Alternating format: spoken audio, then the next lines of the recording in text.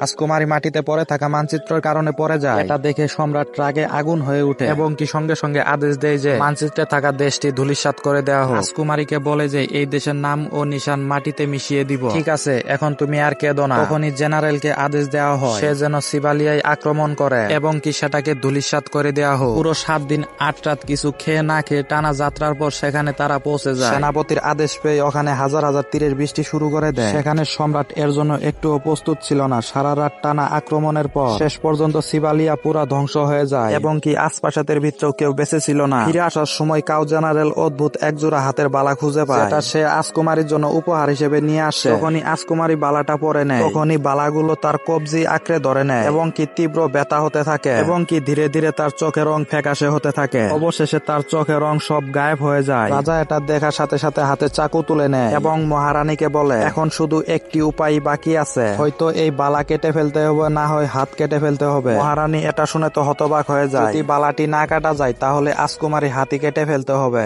এতক্ষণ আমি শহীদুল সাথে ছিলাম। ভিডিওটি কেমন লাগলো লাইক করে কমেন্ট বক্সে জানাতে পারেন।